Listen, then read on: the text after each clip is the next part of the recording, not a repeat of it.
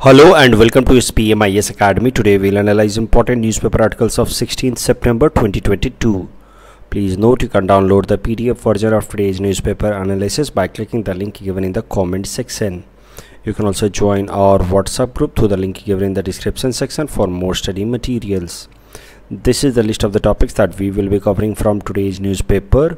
The first article is about 5 tribes who have been added to the list of scheduled tribes, and this topic is important from our syllabus GS paper 2 Indian polity point of view, also important from our syllabus GS paper 5 Assam issues point of view.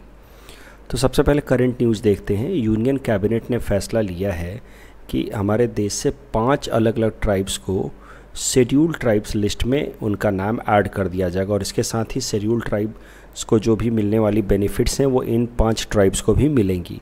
ये 5 tribes हैं: हट्टी tribe of Himachal Pradesh, Nari Koravar tribe of Tamil Nadu, Kuruvikaran tribe of Tamil Nadu, Bhinjia tribe of Chhattisgarh and Gond tribe of Uttar Pradesh. तो APSC perspective से तो नहीं, लेकिन UPSC perspective से ये ट्राइब्स के नाम बहुत इंपॉर्टेंट हैं। वो मैच द फॉलोइंग में वो ट्राइब्स और स्टेट्स के नाम वो दे देते हैं कि ये ट्राइब कौन से स्टेट से है। तो now you should mark this up from UPSC prelims exam point of view. अब ज़रा देखते हैं कि आखिर प्रोसेस क्या है शेड्यूल्ड ट्राइब्स लिस्ट में किसी भी पर्टिकुलर ट्राइब के नाम को ऐड करने के लिए। तो सबसे पहले पर्टिकुलर स्टेट गवर्नमेंट से रिकमेंडेशन आना चाहिए इस डायरेक्शन में। फॉर एग्जांपल अगर हट्टी ट्राइब को ऐड किया गया है तो हिमाचल प्रदेश सरकार की तरफ से रिकमेंडेशन आया होगा, और फिर ट्राइबल अफेयर्स मिनिस्ट्री इस रिकमेंडेशन को रिव्यू करती है। उसके बाद it sends it to registrar general of India for further approval, and registrar general of India sends it to the national commission for scheduled tribes, और जब national commission for scheduled tribes भी इसको approve कर देती है then this is sent to the cabinet, union cabinet that is headed by the prime minister. और जब cabinet उसको अप्रूव कर देती है तो फिर इस डायरेक्शन में एक कानून रखा जाता है, और उस कानून की मदद से उस ट्राइब का नाम शेड्यूल्ड ट्राइब लिस्ट में ऐड किया जाता है। तो जैसे ये 5 ट्राइब्स का नाम ऐड किया जाएगा शेड्यूल्ड ट्राइब्स लिस्ट में, तो इसके लिए 5 अलग अलग कानून बनाए जाएंगे, and with help of that these 5 tribes will be added to the overall list of scheduled tribes. ये भी समझो आप कि जब हमारा संविधान बनाया गया तो उस वक्त हमारे आर्टिकल 366 क्लॉज 25 में जो भी कम्युनिटी जिनका नाम शेड्यूल्ड ट्राइब्स में होगा उनका पहले मेंशन कर दिया गया उनमें नाम। मुद्दा यह है कि जब हमारा संविधान बनाया गया तो कौन कौन से कम्युनिटी शेड्यूल्ड ट्राइब्स में आएंगे उनका नाम ऑलरेडी मेंशन कर दिया गया आर्टिकल 366 सब क्लॉज 25 में, और फिर ये लिख दिया गया अंडर आर्टिकल 342 कि अगर फ्यूचर में कोई बदलाव लाना है तो फिर पार्लियामेंट एक कानून बना करके इसमें कुछ बदलाव ला सकती है, किसी नए कम्युनिटी या ट्राइब का नाम ऐड कर सकती है या किसी ट्राइब का नाम हटा भी सकती है। सो देखिए, originally the constitution contained article 366 sub clause 25 which contained the scheduled tribes list, and then any further inclusion or exclusion could be done with help of a law made by the parliament as it was written in article 342। लेकिन parliament कानून बनाने से पहले इतने सारे step से ये recommendation गुजरता है, तब जाकर के पार्लियामेंट इस डायरेक्शन में कानून बनाती है। तो अब जब ये 5 ट्राइब का नाम कैबिनेट ने अप्रूव कर दिया है तो अब पार्लियामेंट इसके लिए कानून बनाएगी, 5 अलग अलग कानून, और फिर उसके पास होने के बाद इन 5 ट्राइब्स का नाम इस आर्टिकल 366 सब क्लॉज 25 लिस्ट में ऐड कर दिया जाएगा। What are the benefits of inclusion in scheduled tribes list? क्या क्या फ़ायदे होते हैं? तो जो भी भारत सरकार द्वारा चलाई गई स्कीम्स या स्टेट गवर्नमेंट द्वारा चलाई गई स्कीम्स होती हैं फॉर शेड्यूल्ड ट्राइब्स बेनिफिट, उनका फ़ायदा उन सारे ट्राइब्स को मिलता है जिनका नाम इस लिस्ट में ऐड कर दिया जाता है। फॉर एग्जांपल कई सारे स्कीम्स चलाए जा रहे हैं भारत सरकार द्वारा, scholarship for higher education of ST students, minimum support price for minor forest produce. Normally तो एमएसपी माइनर फॉरेस्ट प्रोड्यूस के लिए मिलता नहीं है, लेकिन ट्राइबल पॉपुलेशन को एमएसपी माइनर फॉरेस्ट प्रोड्यूस के लिए भी मिलता है। वन बंधु Kalyan Yojana, Eklavya model residential school, ये सब कुछ applicable होता है for ST community people. So those communities whose names are mentioned in this list, they get benefit of all these schemes. अब माइनर फॉरेस्ट प्रोड्यूस पे MSP मिलता है फॉर शेड्यूल्ड ट्राइब्स। तो एक बार ज़रा ब्रीफली देख लेते हैं कि आखिर माइनर फॉरेस्ट प्रोड्यूस होता क्या है। तो under forest rights act of 2006 minor forest produce includes all non timber forest produce.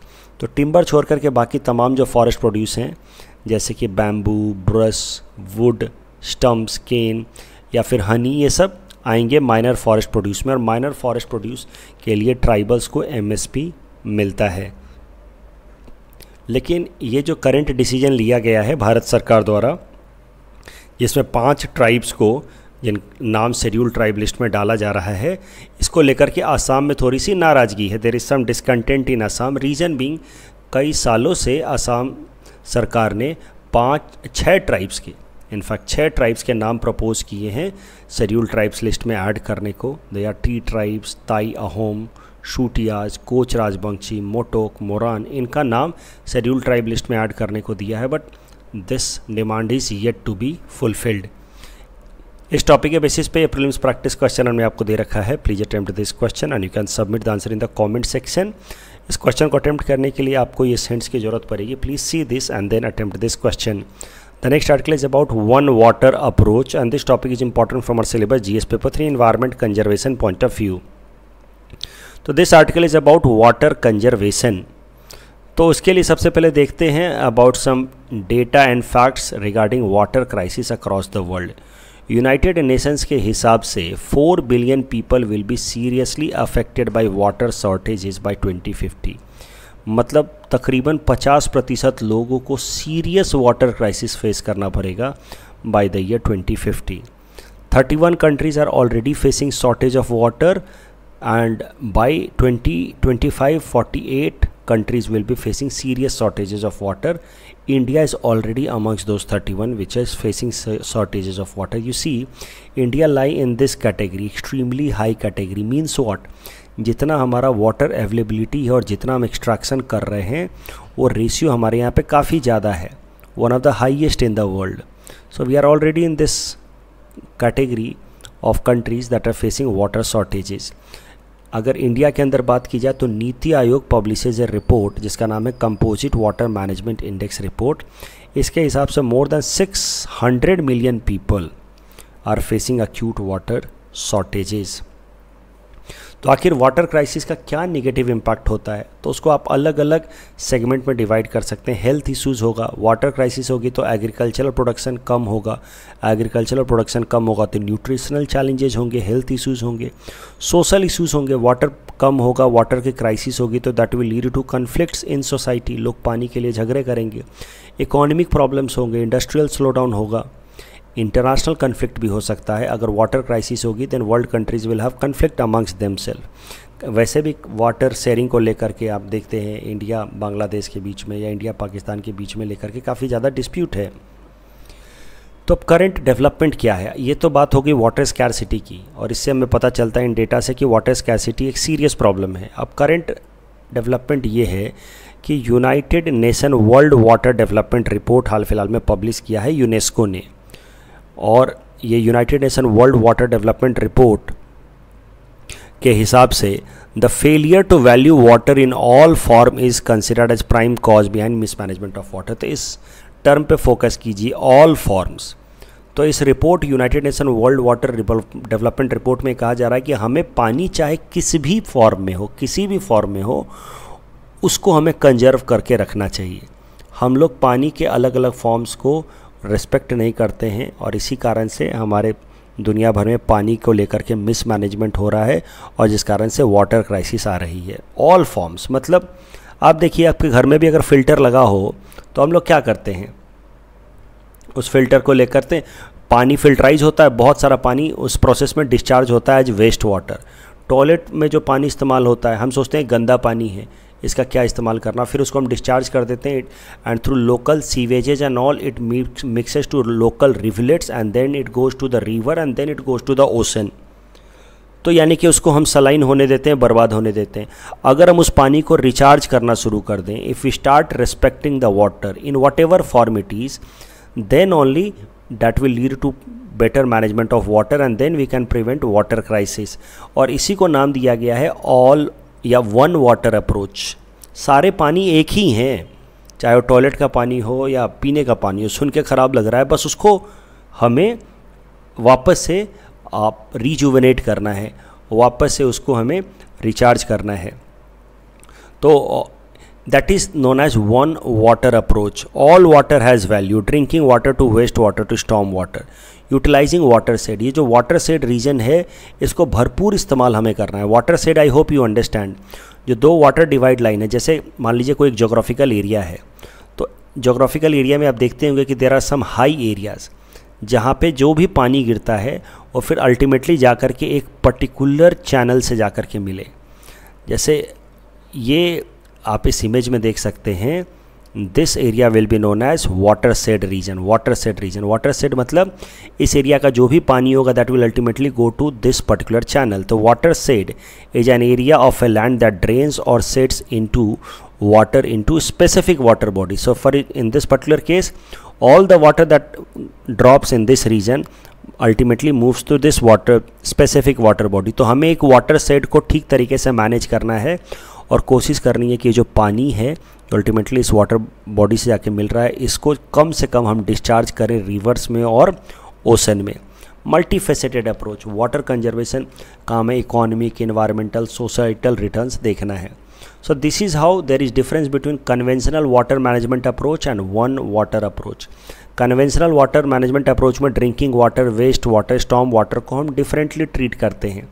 Waste water के कंजर्वेशन को लेकर के हम बहुत ज़्यादा कॉन्शियस नहीं हैं, उसको लेकर के हम केयरलेस होते हैं। जैसे लोग बेवजह का भी, आई एम नॉट सेइंग ये तो अच्छी आदत है सफाई रखना, सैनिटेशन एक अलग बात है, पानी वेस्ट करना अलग बात है, तो बेवजह का भी फ्लश चलाते रहना टॉयलेट में, that is why because we feel कि ये वाटर तो वैसे भी गंदा है, ड्रिंकिंग वाटर को कंजर्व करना है, लेकिन ऐसी बात नहीं है। We have to understand all water as one unit, बस उसको प्यूरीफाई करके इस्तेमाल ही तो करना है। So this is one difference between conventional water management approach and one water approach. The one way route for supply of use of treatment and disposal. Storm water should also be considered of use. तो ये है one water approach where every water is given equal worth. Water is focused on recycle. Water का recycle और reuse करने पे focus रहता है. Even storm water यानी कि बारिश से होने वाले पानी को भी एक valuable resource की तरह देखा जाए. The next article is about national list for essential medicine, and this topic is important from our syllabus GS paper 2 governance point of view, especially from health segment. तो सबसे पहले आप समझिए, देखिए हमारे देश में कुछ ऐसी दवाइयाँ हैं, हर देश के लिए ऐसा होता है, कुछ इम्पॉर्टेंट दवाइयों की लिस्ट होती है जो सरकार को लगता है कि इम्पॉर्टेंट हैं और वहाँ के लोगों को वो सस्ते दामों पे अवेलेबल होना चाहिए। फॉर एग्जांपल बेडाक्विलीन जो टीबी के इलाज के लिए इस्तेमाल किया जाता है, तो टीबी एक काफ़ी प्रोमिनेंट बीमारी है इंडिया में, तो इस एंटीबायोटिक का हमारे देश में सस्ते दामों पे अवेलेबल रहना ज़रूरी है। और इसी कारण से भारत सरकार ने एक लिस्ट बनाई है जिसका नाम है national list of essential medicines. Bharat सरकार की जो मिनिस्ट्री है, ministry of health and family welfare, वो बनाती है national list of essential medicines. इसमें वो सारी मेडिसिन्स को मेंशन किया जाता है जो हेल्थ केयर में हमारे टॉप मोस्ट प्रायोरिटी में है। दे आर बेस्ड ऑन, ये national list of essential medicine वैसे तो डिसाइड करती है ministry of health and family welfare, but that is based on overall standard developed by WHO। तो WHO को मॉडल लिस्ट के बेसिस पे national list of essential medicine बनाया जाता है।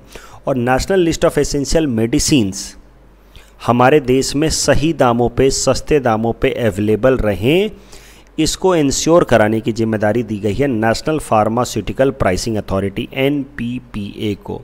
इसको काम दिया गया है to regulate this national list of essential medicine. तो कौन कौन से मेडिसिन कहे जाएंगे एसेंशियल मेडिसिन, ये डिसाइड कर रहा है ministry of health and family welfare, लेकिन ये सारे मेडिसिन सब सस्ते दामों पे अवेलेबल रहें, इसको इंश्योर कराएगा national pharmaceutical pricing authority. And national pharmaceutical pricing authority इस चीज़ को इंश्योर कराने के लिए, ये सारे national list of essential medicine को अवेलेबल कराने के लिए एक ऑर्डर रिलीज करता है जिसको हम लोग कहते हैं drug pricing control order. National pharmaceutical pricing authority एक गवर्नमेंट रेगुलेटरी एजेंसी है, जैसा कि आप देख रहे हैं 1997 में इसको बनाया गया था। It works under department of pharmaceuticals which comes under ministry of chemical and fertiliser, जिसका मेन काम है मेडिसिन को अफोर्डेबल प्राइसेस पे अवेलेबल कराना। करंट न्यूज़ इसी से रिलेटेड है। भारत सरकार की ministry of health and family welfare ने 34 न्यू मेडिसिन को ऐड कर दिया to the list of national list of essential medicine. और इसके साथ ही पहले थे total 350 medicine under this list, now there are 384 medicine under this list. तो कई सारे इंपॉर्टेंट मेडिसिन जैसे कि bedaquiline and delamanid are under this national list of essential medicine. This topic के बेसिस पे हमने प्रीलिम्स प्रैक्टिस क्वेश्चन आपको दे रखा है। Please attempt this question and you can submit the answer in the comment section. The next article is about modern slavery and this topic is important from our syllabus GS paper 4 ethics and integrity point of view। आपसे direct सवाल तो modern slavery पर नहीं पूछा जाएगा, लेकिन कहीं आप पासिंग रेफरेंस में बता सकते हैं कि मॉडर्न टाइम्स में भी स्लेवरी प्रैक्टिस हो रही है। वी बिलीव कि slavery was a practice of ancient societies जब हम एरिस्टोटल और प्लेटो के बारे में पढ़ते हैं, लेकिन ऐसा नहीं है, मॉडर्न टाइम्स में भी स्लेवरी देखा जा सकता है। एंड दिस इज़ आज पर रिपोर्ट पब्लिश्ड बाय ILO। तो ये रिपोर्ट के बारे में बाद में देखेंगे। पहले देखते हैं व्हाट इज़ मॉडर्न स्लेवरी। या slavery is a situation of exploitation where a person can not refuse और कैन नॉट लीव। जैसे कई सारे लोग जॉब करते हैं, नौकरियां करते हैं, वहाँ उनको लगता है कि उनका एक्सप्लॉयटेशन हो रहा है, yet it can not be called slavery because they always are free to leave. But कई सारे ऐसे हालात भी बनते हैं जहाँ लोग छोड़ करके जा नहीं सकते because of fear of violence, abuse of power, और पुराना कर्ज लिया है माँ बाप ने, उसको चुकाने के लिए फिर बच्चे जो हैं वो उसमें एक साइकिल में फंस जाते हैं, they can not leave it. तो when you can not leave some sort of exploitation then that situation is known as slavery. और स्लेवरी के मेनली दो कारण हैं as per a report, that is forced labour and forced marriages. और ये जो current article है it is about the global estimate of modern slavery. इस रिपोर्ट का नाम याद कर लीजिएगा, कोट करेंगे तो आपको बेहतर नंबर मिलेंगे। The global estimate of modern slavery which is a report published by ILO। पूरे दुनिया भर में लगभग 5 करोड़ लोग अभी भी स्लेवरी के शिकार हैं। और अनफॉर्चुनेट बात यह है कि उसमें सबसे ज़्यादा केसेस मॉडर्न स्लेवरी के इंडिया में हैं। It has highest number of cases of modern slavery. Modern slavery की अगर बात की जाए तो it has mainly 2 formats, forced labour and forced marriages. Forced labor, all kind of work or services that is extracted from a person even when he is not willing to offer himself voluntarily, तो उसी को कहेंगे forced labor। किसी डर से, दबाव से, पुराने कर्जे से अगर कोई इंसान लगातार काम कर रहा है जबकि उसका मन नहीं है तो उसको हम लोग कहेंगे forced labour. And forced labour is an example of modern slavery. आपको ये बात पता होगी कि forced labour is prohibited as per article 23 of the constitution. So जिस भी इंसान के खिलाफ फोर्स्ड लेबर प्रैक्टिस हो रहा है असल में उसके फंडामेंटल राइट्स वायलेट हो रहे हैं। येट हमारे देश में कई सारे ऐसे लोग हैं जिनके फंडामेंटल राइट्स वायलेट है under article 23 and they are subjected to forced labour. Forced labour में एक सबसे बड़ा तरीका होता है फोर्स्ड लेबर प्रैक्टिस करने का, वो होता है फॉर्म ऑफ प्रोस्टिट्यूशन। तो प्रोस्टिट्यूशन में mostly the girls are forced to get into this under coercive methods and threat and violence. दूसरा तरीका है मॉडर्न स्लेवरी का, वो है फोर्स्ड मैरिजेज। तो वैसे तो मैरिजेज फोर्स तरीके से मेल या फीमेल दोनों के ऊपर इन्फोर्स किए जाते हैं, लेकिन forced marriages are highly gendered practice. Gendered practice मतलब it is mainly practised against women and girls. Family members are responsible behind vast majority of forced marriages which is also considered as kind of modern slavery. The next article is about pact with 8 armed tribal groups in Assam and this topic is important from our syllabus GS paper 5 Assam issues point of view. तो news ये है कि भारत सरकार ने, आसाम सरकार ने मिल करके 8 tribal और आदिवासी और टी ट्राइब ग्रुप्स के जो मिलिटेंट ग्रुप्स हैं उनके साथ पीस पैक्ट साइन कर लिया है। So this is a trilateral agreement, peace pact between central government, Assam government and armed Adivasi group. तो मान लीजिए कि कभी भी इंसर्जेंसी पे आप आंसर लिख रहे हो GS पेपर 5 में, आसाम वाले पेपर में, और इंसर्जेंसी हाल फिलहाल में कम हो गई है, उसके पीछे क्या क्या स्टेप्स लिए गए हैं, तो उसमें आप इस तरह के छोटे छोटे स्टेप्स लिख सकते हैं कि आदिवासी इंसर्जेंट ग्रुप्स के साथ अग्रीमेंट साइन हुआ, KLO के साथ साइन हुआ, उसके पहले NDFB के साथ साइन हुआ था, अल्फ़ा के साथ बातचीत चल रही है। तो ये सब चीज़ें आप लिख सकते हैं। ये जो अग्रीमेंट साइन हुए हैं ट्राईलेटरल अग्रीमेंट, इसमें क्या क्या मेन प्रोविजंस हैं वो भी ज़रा देख लेते हैं। तो भारत सरकार ने प्रॉमिस किया है कि एक आदिवासी वेलफेयर एंड डेवलपमेंट काउंसिल बनाएंगे for the welfare of these Adivasi tribes rehabilitation किया जाएगा वो सारे मिलिटेंट्स का जिन्होंने इस कैडर को ज्वाइन करके और वायलेंस किया था, उनके खिलाफ कोई एक्शन नहीं लिया जाएगा, उनको रिहैबिलिटेट किया जाएगा, बेहतर इकोनॉमिक अपॉर्चुनिटीज़ प्रोवाइड कराई जाएंगी। स्पेशल डेवलपमेंट पैकेज 1000 करोड़ का लाया जाएगा ताकि इन आदिवासी और टी ट्राइब्स जो मिलिटेंसी को रिजॉर्ट कर गए थे उस एरिया में डेवलपमेंट लाया जाए। तो 1000 करोड़ का स्पेशल पैकेज होगा इन एरिया में डेवलपमेंट लाने के लिए ताकि इनके पॉलिटिकल, इकोनॉमिक और एजुकेशनल इंटरेस्ट को पूरा किया जा सके। कल जो हमने आपको प्रैक्टिस क्वेश्चन दिया था उसके आंसर्स देख लेते हैं। Official languages Hindi and English, so correct answer is 1 and 2। CS9 protein is actually a molecular seizure and light chains are known as an indicator of air pollution, so the correct answer is option A. That's all from our side for today. Thanks for watching.